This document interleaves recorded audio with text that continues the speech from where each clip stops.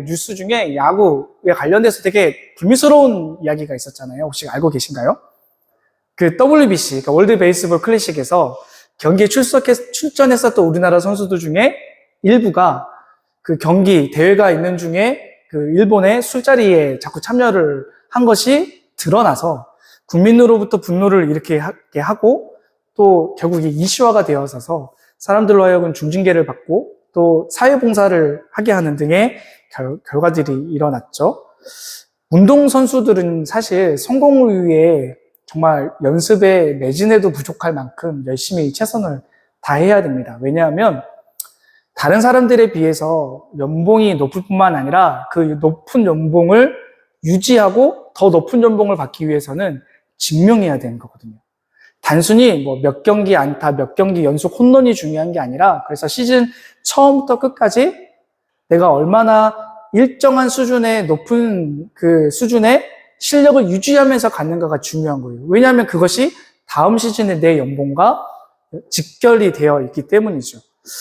그런데 그렇게 잠깐 오는 슬럼프나 어떤 스트레스를 풀기 위해 흡연을 하거나 혹은 술자리에 참여하는 것이 잠깐은 쾌락이 될지는 몰라도 그거 한 개 때문에 그 한 가지 행동 때문에 그 시즌 전체의 그 사람의 인성과 그 시즌 전체의 그 사람의 성적이 좌우가 된다면 사실 고통스럽겠지만 얼마나 힘이 들겠지만 참아야겠죠.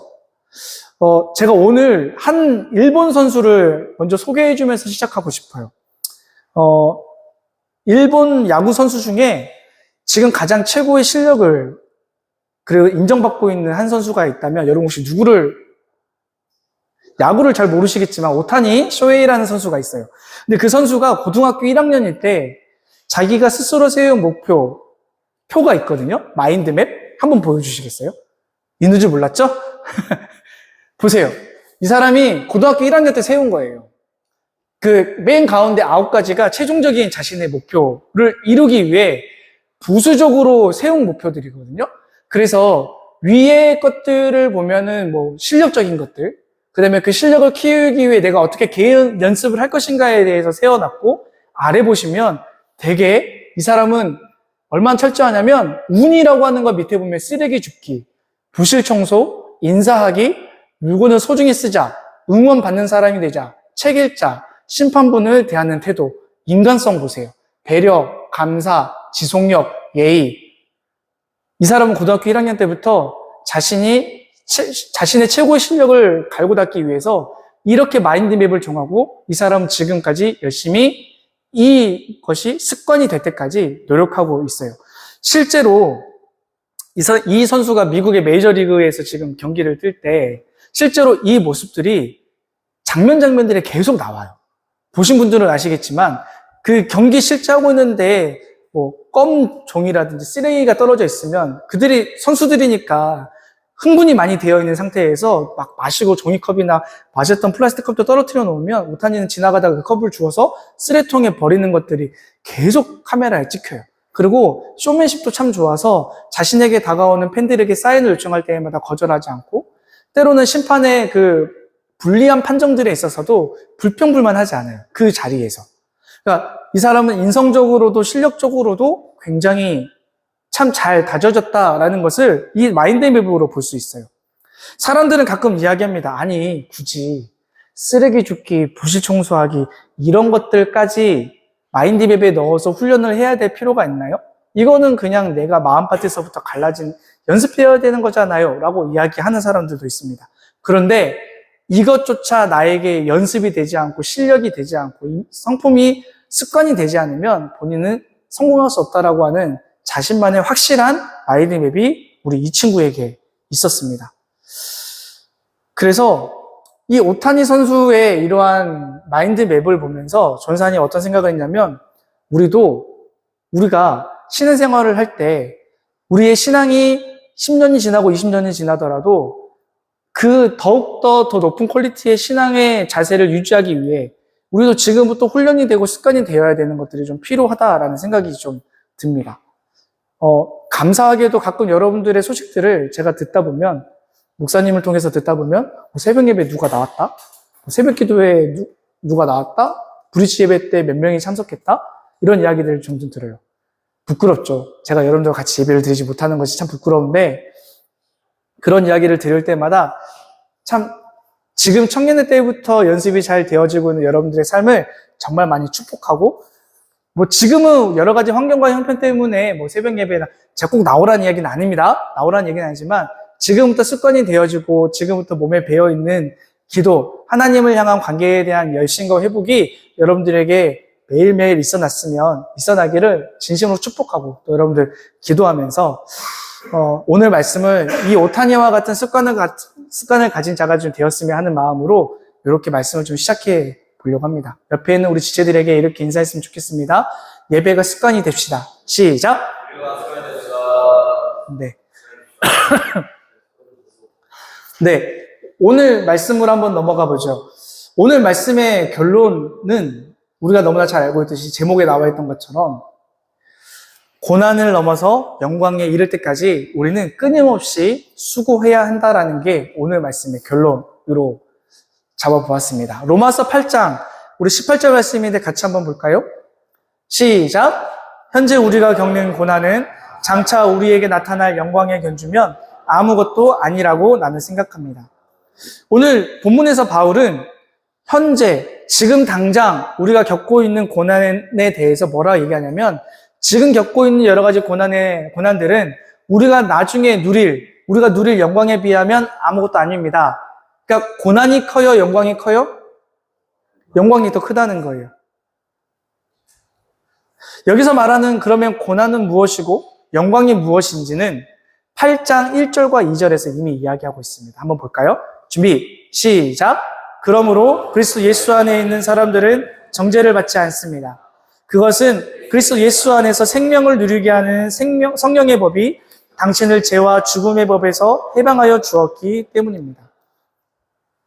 그러니까 오늘 본문의 첫 시작인 로마서 8장 18절에 나오는 고난은 우리가 장차 누릴 영광에 비하면 아무것도 아닙니다. 그 말하는 말은 사실은 로마서 8장 1절부터 17절까지의 내용의 결론이에요. 우리는 죄와 사망의 법에서 벗어나 생명의 성령의 법으로 나아가야 됩니다. 라고 하고 있는 게 8장 1절부터 17절까지의 말씀입니다. 그리고 이 본문의 생명의 성령의 법으로 나아가는 이 주의 자녀들의 겪는 이 고난 끝에 고난보다 더 큰 영광이 우리에게 주어질 것이다 라고 이야기하고 있는 거예요.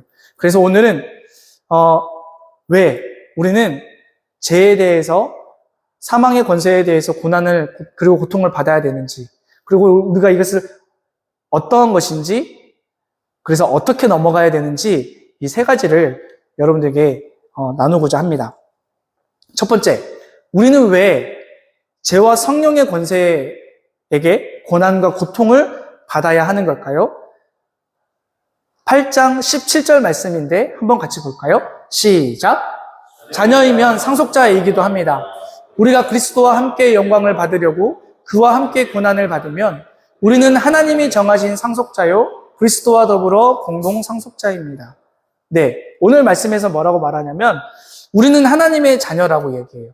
우리는 예수님의 보혈의 피로 구원받은 상속된 공동체라고 이야기합니다. 우리는 예수 그리스도의 보혈의 은혜로 말미암아 새 생명을 주님께로부터 받았습니다. 그래서 우리는 보혈의 피를 받은 상속자, 하나님의 자녀가 되었습니다. 그런데 하나님의 자녀가 되었다라고 하는 이 말은 결론적으로 예수님이 걸어가셨던 그 십자가의 길을 우리도 걸어가야 된다라는 것을 오늘 우리에게 말합니다. 예수님이 걸어가셨던 그 고난의 십자가의 그 길을 우리도 함께 누려야 된다. 즉 고난도 예수 그리스도를 믿는 그 믿음 때문에 오는 고난과 고통이 있는데 그 고난과 고통의 길을 우리가 걸어가야 된다라는 겁니다. 생각해 봅시다. 예수님이 받으셨던 고난과 고통은 무엇입니까? 정말 짧게 생각하면, 간단하게 생각하면, 쉽게 이야기하면 이런 거겠죠. 십자가의 길로 걸어가기까지 하나님께서는 복음의 복된 소식을 그렇게 많은 자들에게 외치고 가난하고 소외된 자들에게 치유를 했지만 돌아오는 건 무엇이었어요? 결국은 십자가의 고난의 길을 걸을 때 많은 수치와 모욕을 당하셨죠. 고난과 고통을 겪으셨다라는 거예요. 자, 우리는 왜 고난과 고통을 받아야 되나요? 하나님께 속한 자이기 때문에, 우리는 하나님께 속하기로 결정한 사람들이기 때문에, 하나님께 구원을 받았기 때문에 우리도 마찬가지로 십자가의 길을, 고난의 길을 걸어가는 사람으로서 고난과 수치를 받을 수밖에 없다. 고난과 고통을 받을 수밖에 없다라고 이야기합니다. 그러면 두 번째, 우리는 어떠한 고난과 고통을 받게 될까요? 두 가지로 이야기하고 싶습니다. 첫 번째는 주변에 믿지 않는 사람들로부터 오는 고난과 고통입니다. 여러분, 우리 청년들 중에 제가 알기로는 없는 걸로 알고 있지만, 하나님의 자녀로 세상으로 살아가다 보면 우리는 수없이 많은 관계들로부터 오는 고난과 고통들이 있습니다.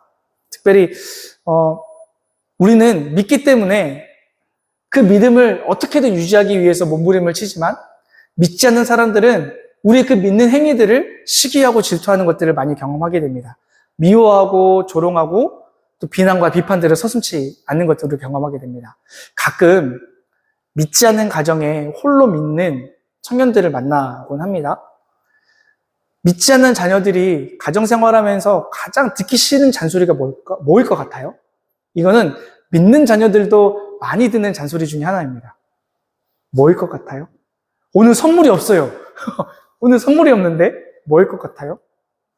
근데 제가 가장 많이 들었던 잔소리가 뭐냐면, 네가 그러고도 하나님의 자녀냐 이거예요. 결론은 믿지 않는 자녀들뿐만 아니라 믿는 우리도 그런 이야기 많이 듣습니다.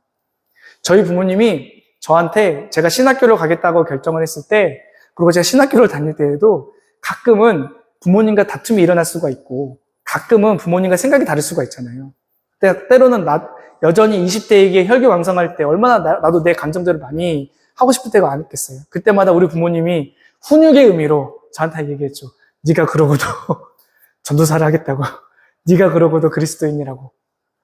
저만 들어봤나요? 그렇군요. 저만 들었군요.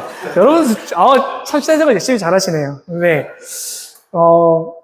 힘이 빠지는 이야기입니다. 믿지 않는 가정에서 신앙생활을 이어오고 있는 사람들이 그 믿음에 시험을 들게 하는 말이, 가장 많이 듣는 이야기가 그겁니다. 그런 이야기들입니다. 믿는다고 얘기하면서, 너 교회 다닌다고 하면서 왜 그렇게 행동하는데? 야, 너도 뭐 세상 사람들과 별반 다르지 않네. 여러분, 과거에는요, 지금은 워라밸을 많이 중요시 여기긴 하지만요, 우리 믿음의 선배들은 신앙을 지켜오기 위해서 어떻게 했었냐면요, 지금은 거의 안 그러는 걸로 제가 알고 있는데, 어떤 직장인 분들은 주일 예배를 섬기기 위해서, 때로는 주일 성수를 지키기 위해서요, 야근과 당직을 밥 먹듯이 하고, 대신에 주일만큼은 어떻게든 하나님을 예배하기 위해 정말 애쓴 사람들이 있었습니다. 그런 믿음의 선배들이 있었습니다. 주일날 교회와 공동체를 섬기기 위해서요, 직장은 어쩔 수 없이 그 주말에 이어지는 주말 행사들이라는 게 있어요. 지금도 있어요. 그런데 그 행사들을 빠지는 사람들이 여전히 존재합니다. 세상이 주는 잠깐의 기쁨과 쾌락을 잠깐 경험하기보다는 주 안에서 누리는 평강, 그 샬롬을 너무나 간절히 생각하기 때문에 주님을 기쁘시게 하는 일을 선택함으로 인해서 세상으로부터 주어지는 시험과 조롱과 비판과 비난을 받아야 되는 경우들이 있습니다.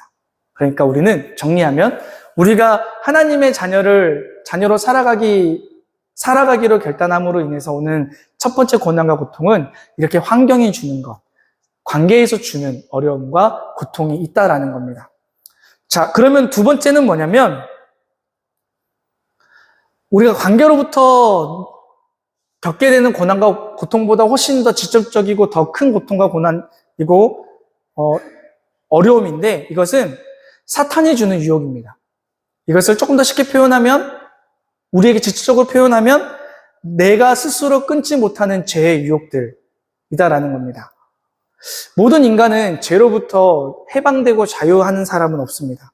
생각으로든 행동으로든 우리는 늘 죄에 대한 생각으로 가득 차 있고, 어떻게 하면 죄로부터 벗어날까가 아니라 어떻게 하면 결국은 다시 죄로 돌아가는 그런 모습들이 우리 안에 있다라는 거예요. 예를 들어 볼게요.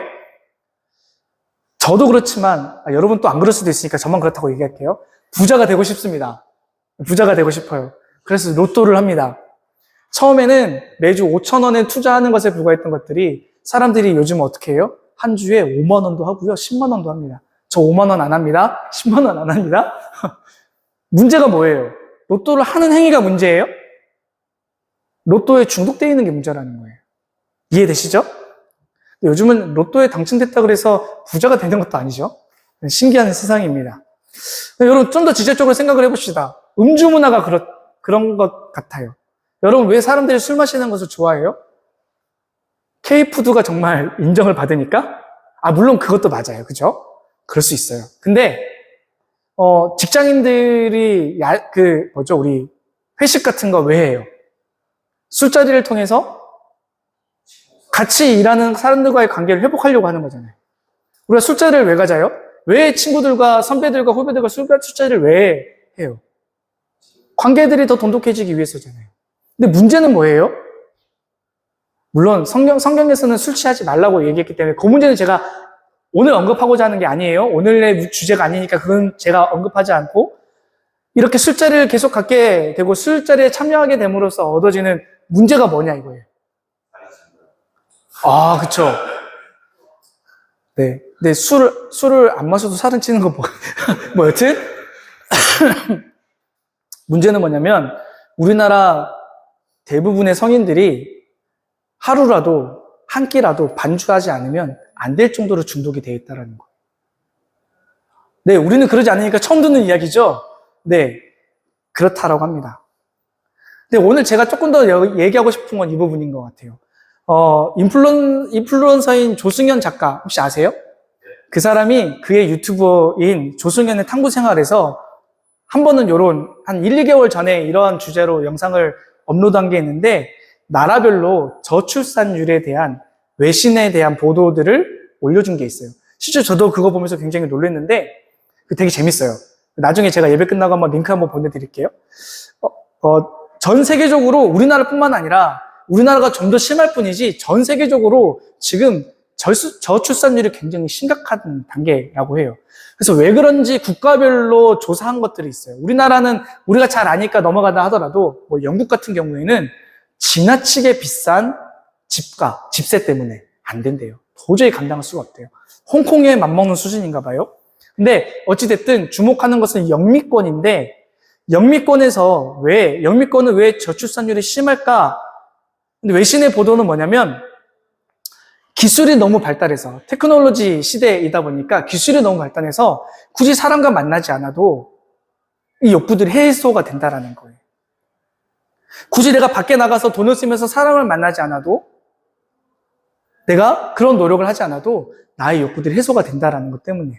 그러니까 조승연 작가는 이 부분에 대해서 뭐라고 얘기했냐면 요즘 너무 쉽게 접할 수 있는 인터넷의 음란물의 소비가 욕구들을 다 충족하고 있기 때문이다라는 거예요. 요즘 인터넷에 특히 SNS에서 일어나는 여러 가지 음란한 것들의 성적인 것들에 대한 문제점이 뭐예요? 이게 단순히 성적인 욕구들을 해소하는 게 문제가 아니라 사람들의 어떤 사진들과 사람들의 어떤 그런 모습들을 보면 사람들이 중독에 빠지기를 성적 중독이 아니라 관음의 중독에 빠지고 있다는 거예요. 그래서 예전에는 성에 대한 중독이 아니라 지금은 관음에 대한 중독 때문에 이 중독에 빠진 것 때문에 이제 더 이상 사람들과 관계를 맺지 않아도 된다라는 거예요. 무시무시한 이야기 아니에요. 우리는 그냥 요즘 먹고 사는 게 힘들어서요가 아니라 정말 우리도 은연중에 보면 우리도 그런 생활을 살고 있다는 거예요. 이게 단순히 제가 성에 대한 관음의 도착의 문제라고 제가 이야기하지만 실제로 그것 때문에 사건, 사고가 많이 일어나지만 성이라고 하는 한 가지 주제를 얘기했지만 우리가 그거 말고도 얼마나 많은 것들에 대해서 관음의 중독에 빠질 정도로 우리가 그렇게 빠져 살고 있냐라는 거예요. 여러분 우리가 얼마나 스마트폰에 중독이 되어서 살고 있어요. 요즘 여러분 공감할지 모르겠지만 요즘 심지어는 인터넷 핸드폰 많이 보면 심지어 돈을 준다라는 광고도 본 친구들 있지 않아요? 또 저만 보는 거죠? 제가 얼마나 핸드폰에 빠져 있는지 제가 잘 알 것 같아요. 이상하네요. 왜 저만 볼까요? 어찌됐든 제가 말한 이 세 가지, 음주의 문화, 도박의 문화, 관음의 중독, 혹은 스마트폰과 같은 최신 전자 제품들로 오는 우리의 중독의 상태가 오늘 바울이 말하는 스스로 끊지 못하는 죄로 인해 얻어지는 고통과 고난이라는 겁니다. 왜 이게 고통이 되고 고난이 되냐면요. 우리는 하나님 앞에 우리가 끊지 못하는 이 죄의 문제들을 가지고 나오잖아요. 그리고 회개하잖아요. 예배 때. 근데 문제는 뭐예요? 분명히 주일은 경건하게 회개했어요. 근데 문제는 뭐예요? 삶에서 변화가 없다라는 거예요. 삶에서 고쳐지지 않는다라는 거예요. 주님이 정말 나와 함께 하시는지에 대한 의문이 듭니다.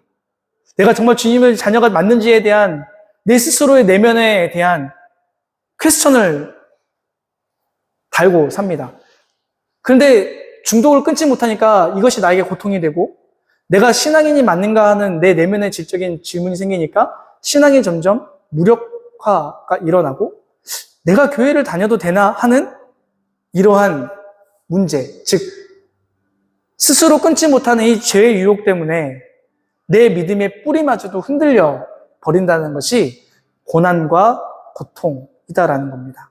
자, 다시 정리해 볼게요.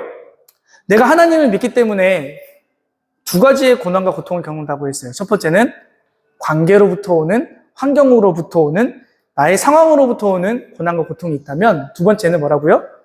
사단의 유혹, 내가 스스로 끊지 못하는 이 중독 때문에 하나님과 이 중독의 사이에서 몸부림치다가 몸부림치다가 스스로 내가 믿음의 뿌리까지 흔들려버리는 이 문제들이 오늘 우리가 겪고 있는 고난과 고통이다라는 겁니다.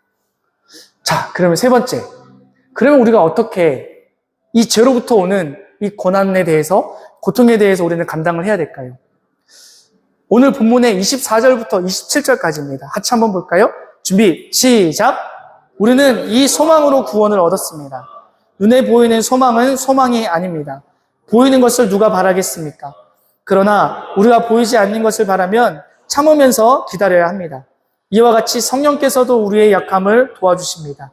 우리는 어떻게 성령께서 친히 이루 다 말할 수 없는 탄식으로 우리를 대신하여 간구하여 주십니다. 사람의 마음을 꿰뚫어 보시는 하나님께서는 성령의 생각이 어떠하신지 아십니다. 성령께서 하나님의 뜻을 따라 성도를 대신하여 간구하시기 때문입니다. 오늘 이 24절부터 27절까지의 말씀에서 우리가 기억해야 되는 것은 25절입니다. 우리는 눈에 보이지 않는 믿음의 소망을 따라가는 것이 아니기 때문에 하나님의 영광을 이루기 위해서는 끝까지 싸우고 인내하며 걸어가야 된다는 겁니다. 사랑하는 여러분, 예수님께서도 이 땅에서 하나님의 복음을 외칠 때마다 복음을 받아들인 사람들도 있었지만 대다수의 많은 사람들은 예수님을 시기하고 조롱하고 비판하고 비난하는 자들이 있었습니다. 우리의 삶도 그렇기 때문에 예수님이 십자가에 걸어 피 흘려 죽으셨던 것과 같이 우리의 삶도 예수님을 따라가야 됩니다. 전에는 우리의 마음이 단단하지 못해서 내가 예수님을 믿기 때문에 그 믿음의 어떠한 용감한 행위들을 우리가 했었던 것들이 있었을 거예요. 제가 늘 얘기하는 거지만 도서실에 성경책을 놓는다라든지 술을 권할 때 내가 그것을 마시지 않겠다고 얘기한다라는 것이라든지 여러 가지 음란한 자리들, 여러 가지 유혹의 자리들에서 내가 거절할 때 사람들이 우리로 하여금 너 예수쟁이구나. 그래, 너 얼마나 정직하게 용감하게 잘 사는지 보자. 내가 너 지켜볼 거야. 그래서 한두 번의 실수들이 나올 때마다 예수쟁이도 별거 없네 라고 말하는 이 사람들의 마음의 말의 상처들 얼마나 우리가 많이 받아요. 가끔 제가 그런 경우들이 있어요. 저는 이제 제가 일하는 저희 조직의 사장님이 다른 곳에 이제 사람들을 소개시켜 줄 때마다 사실 나를 세면서 일을 하기 때문에 흡연을 하지 않고서는 참을 수 없는 순간순간들이 참 많으신 것 같아요. 그래서 그 자리에 저는 항상 같이 있을 때에도 당연히 저는 정말 담배 냄새를 너무 싫어하지만 어찌됐든 그 자리에 있을 때 그 이야기를 많이 합니다. 쟤 예수쟁이야.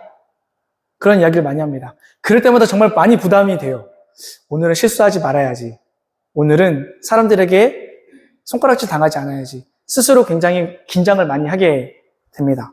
우리는 하나님의 상속자로서 살아가려고 정말 노력하지만 때로는 우리 스스로 실수하는 것들, 때로는 사람들이 인정할 수 없는 것, 인정하지 못할 만한 잘못들로 인해서 예수장이가 잘 살아야지, 예수장이가 실수하지 말아야지 라고 하는 여러 가지 세상의 질문과 비난들로 인해서 감당할 수 없을 만큼의 스트레스를 받을 때가 있습니다.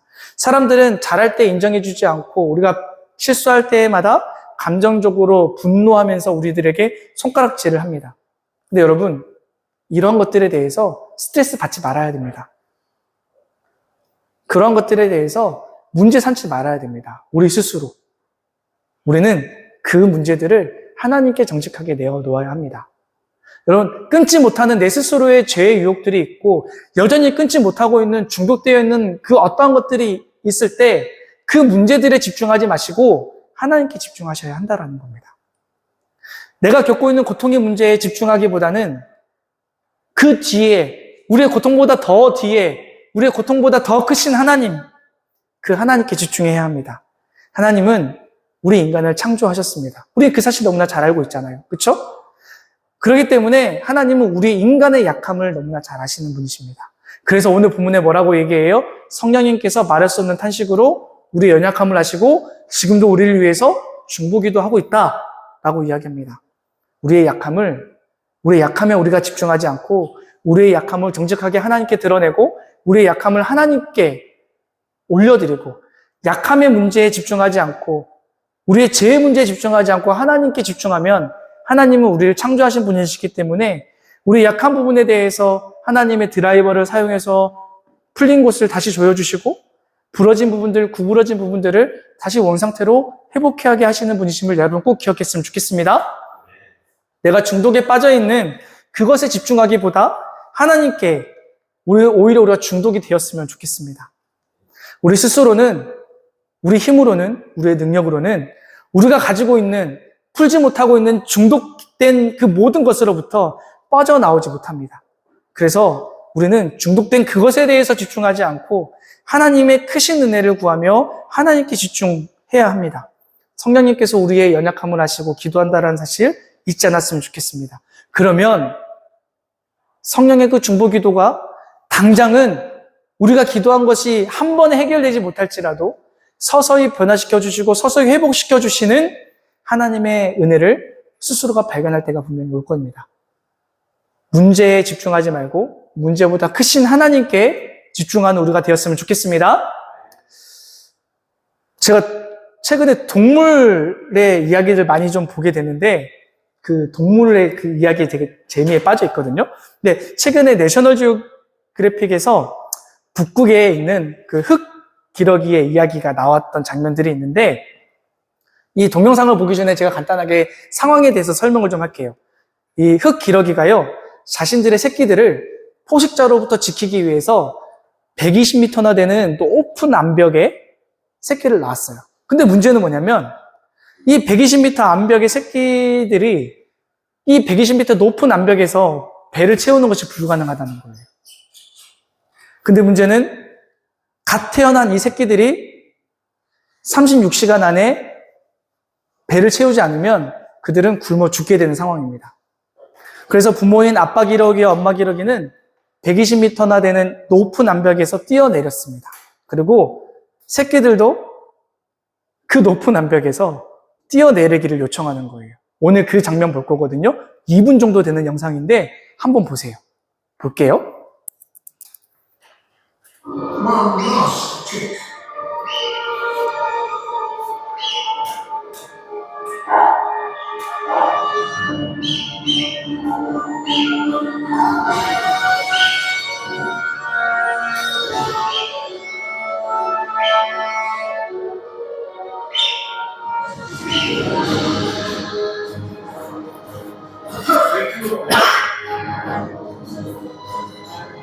And a controlled drop. This is as good a descent as it's possible to make.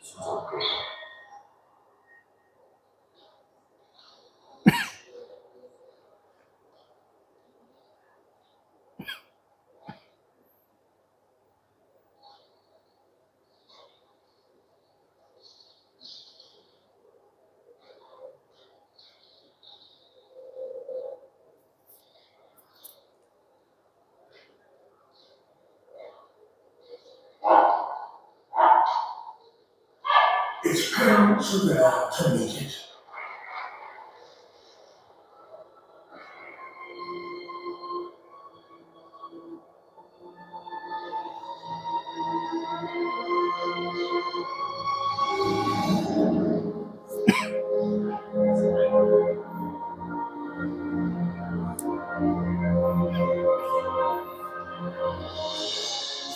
A little days, perhaps, all in one piece.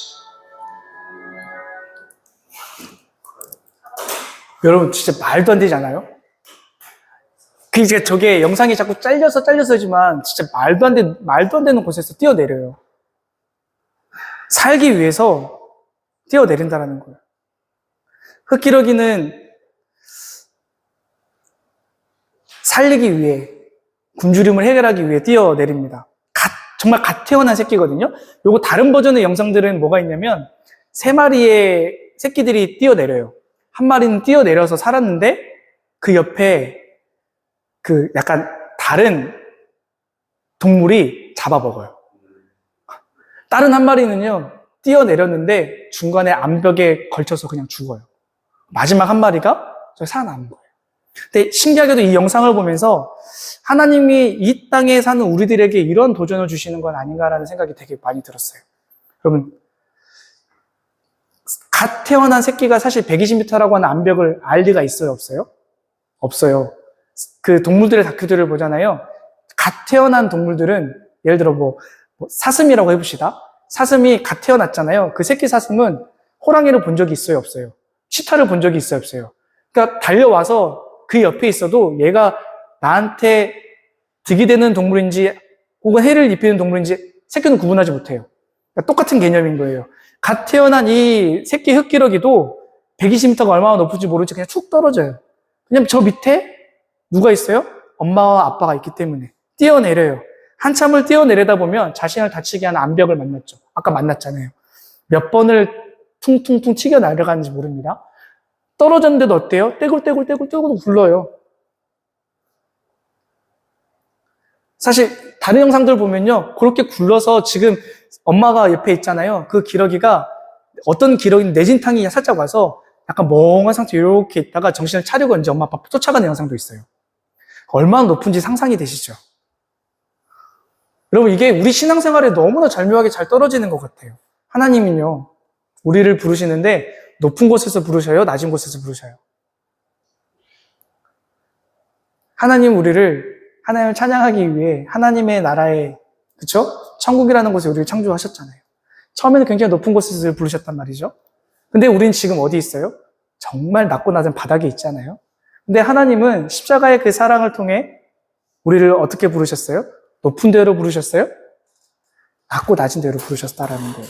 가장 아래로. 험하고 날카롭고 우리를 향한 죽음을 도사리고 있는 곳으로 우리를 부르셨습니다.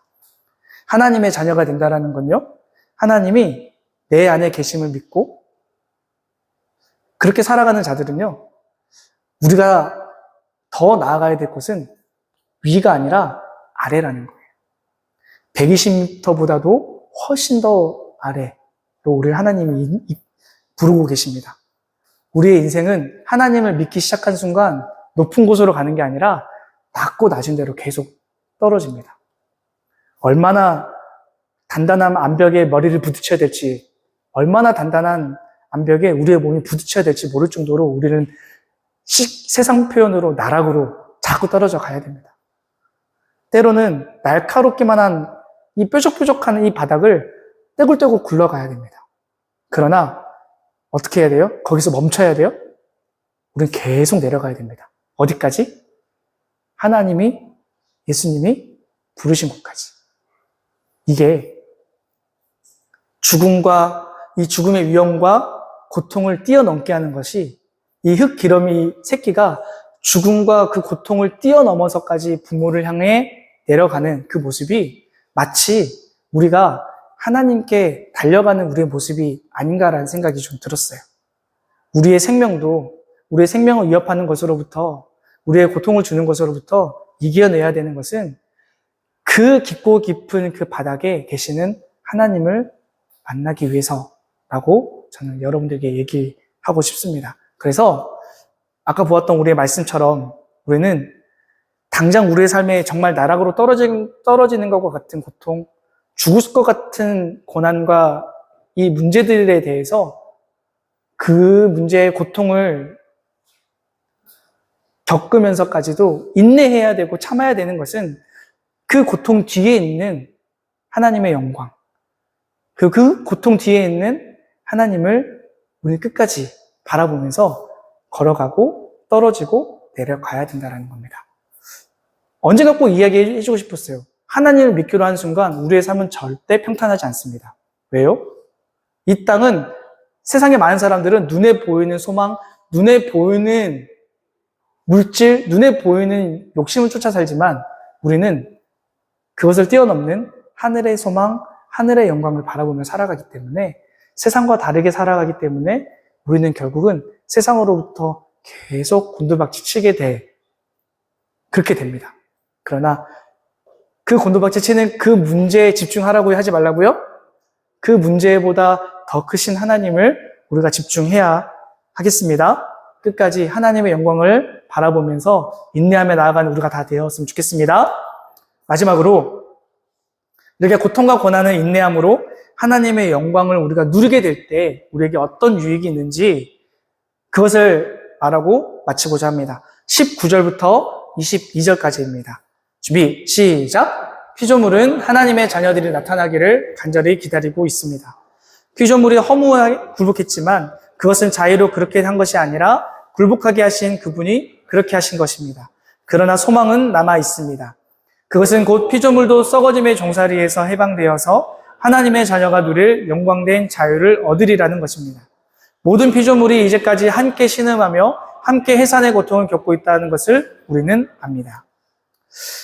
하나님의 창조 세계 아래 인간은 하나님께로부터 피조물을 다스리라라고 하는 것을 명령을 받았습니다. 그런데 문제는 뭐예요? 첫 인간인 아담과 하와의 죄로 인해서 땅의 피조물까지도 저주를 받았다라는 겁니다. 창세기 3장 17절부터 19절입니다. 시작! 내가 아내의 말을 듣고서 내가 너에게 먹지 말라고 한 그 나무의 열매를 먹었으니 이제 땅이 너 때문에 저주를 받을 것이다. 너는 죽는 날까지 수고하여야만 땅에서 나는 것을 먹을 수 있을 것이다. 땅은 너에게 가시덤불과 엉겅퀴를 낼 것이다. 너는 들에서 자라는 푸성귀를 먹을 것이다. 너는 흙에서 나왔으니 흙으로 돌아갈 것이다. 그때까지 너는 얼굴에 땀을 흘려야 바다를 먹을 수 있을 것이다. 너는 흙이니 흙으로 돌아갈 것이다. 여러분, 이 말씀을 통해서 우리는 뭘 깨달아야 되냐면요. 피조물, 이 땅에 병드는 것은 결국은 인간 때문입니다. 처음 땅이 창조되었을 때 인간과 땅의 관계가 어떠했는지는 이사야 65장 25절에서 확실하게 말을 하고 있는데요. 함께 읽어볼까요? 시작! 이리와 어린 양이 함께 풀을 먹으며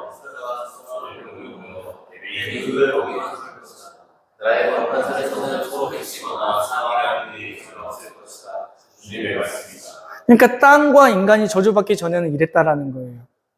그렇죠? 하나님이 원하시는 모습도 이런 모습이다라는 겁니다. 그래서 오늘 본문에 우리가 방금 읽었던 19절부터 22절까지의 말씀을 올바르게 이해하기 위해서는 처음 창조된 이 피조물의 모습대로 회복되어지기 위해서는 인간이 먼저 회복되어야 된다라는 겁니다.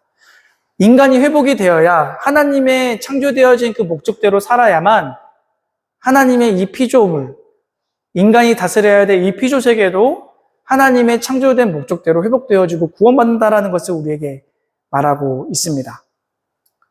그래서 인간이 처음 창조된 모습으로 회복되어지고 그리고 인간의 회복으로 인해서 피조물이 회복되어지면 어떠한 일들이 일어나는지 요한계시록 5장 13절에 마지막입니다. 13절에 이렇게 얘기하고 있어요. 시작!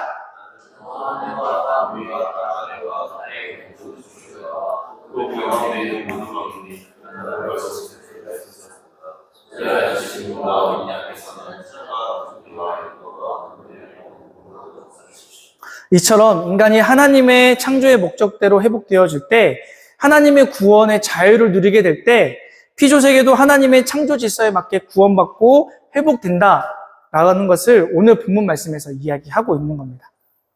여러분, 인간이 얼마나 하나님의 피조세계를 망쳐 놓았는지 우리는 잘 알죠. 우리가 지금 겪고 있는 여러 가지 기상의 이유들과 여러 가지 환경에 파괴된 그것들의 결과는, 그것들의 원인은 무엇이에요? 결국 인간의 욕망 때문이 아니겠어요? 그쵸? 우리는 다시금 하나님으로부터 하나님께 회복되어진 우리가 이제 다시 자연을, 이제 하나님의 피조세계들을 지혜롭게 다스려야 되는 거, 그 일에 앞장서야 된다는 것을 여러분 꼭 기억했으면 좋겠습니다. 여러분, 우리의 회복이 피조세계의 회복입니다. 우리의 구원이 이 땅의 피조세계의 구원임을, 그것과 연결되어 있다는 것을 여러분 꼭 기억했으면 좋겠습니다. 말씀을 정리하겠습니다. 하나님은 우리의 고통보다, 우리가 겪고 있는 고난보다 크신 분이십니다. 우리의 염려와 우리의 걱정보다 크신 분이십니다. 우리의 삶은 언제나 하나님의 시간과 공간 안에 존재하고 있다는 것을 기억하십시오. 그러므로 우리는 하나님의 자녀, 하나님의 시간 안에 살고 있는 우리는 이 땅에 살면서 하늘을 바라보고 하늘의 영광을 위해 기꺼이 땅의 수고와 고난과 고통을 감내하는 우리가 되었으면 좋겠습니다. 우리가 그렇게 사십시다. 우리는 비록 땅을 걷고 땅을 더디며 살고 있지만 우리의 시선, 우리의 마음은 하늘의 소망, 하늘의 영광을 바라보며 매일매일 한 걸음 한 걸음 전진하는 우리가 다 되었으면 좋겠습니다. 제가 기도하겠습니다. 언제나 우리에게 좋은 것으로 인도하시며 때를 따라 채워주시는 은혜의 하나님, 오늘도 말씀을 통해 우리의 삶을 돌아보고 하나님만 바라보는 우리 되게 하시니 감사합니다. 주님, 우리는 연약하여 자주 쓰러집니다. 때로는 주변의 관계로부터, 환경으로부터 오는 고난과 고통 때문에 쓰러집니다. 주님, 우리는 연약하여서 자꾸 넘어집니다. 우리 안에 남아있는 죄의 유혹과 끊을 수 없는 중독이라고 하는 이 고통이 우리를 자주 넘어지게 하며 낙심하게 합니다. 세상이 감당할 수 없는 고통과 고난 속에서도 잠잠히 하나님만 바라는 주의 청년 되게 하여 주십시오. 주님은 우리의 구원이시요 산성이시요 반석이심을 고백합니다. 우리의 영과 육이 세상이 주는 고통과 시험과 고난 속에 있을 때 우리가 흔들리지 않게 우리와 함께 하여 주시고 우리의 삶이 온전히 하나님만 바라며 살아갈 수 있도록 마음을 강하게 붙들어 주시옵소서. 날마다 주와 동행하는 삶을 살게 하여 주십시오. 우리가 사망의 음침한 골짜기로 다닐지라도 우리의 목자 되신 주께서 우리와 함께 하시기에 우리가 두려워하지 않는다라는 믿음의 고백이 날마다 우리의 삶과 가정과 학교의 직장에서 경험되어질 수 있도록 주님 인도하여 주시옵소서. 우리의 연약함을 아시는 성령님, 우리의 삶의 모든 순간순간들에 하나님께서 개입하여 주셔서 기도 없이 해결되지 않는 삶의 문제들에 하나님의 지혜를 부어주시옵소서. 하나님의 영으로 속한 모든 초소들마다 하나님의 강력한 임재와 은혜를 누리게 하여 주시고 또한 그것들을 나누며 살게 하여 주시옵소서. 건강도 책임져 주시고 모든 관계 속에서 말과 행동으로 하나님의 영광을 누리고 영광을 올려드리는 우리가 다 되게 하여 주옵소서. 예수님의 이름으로 기도드립니다.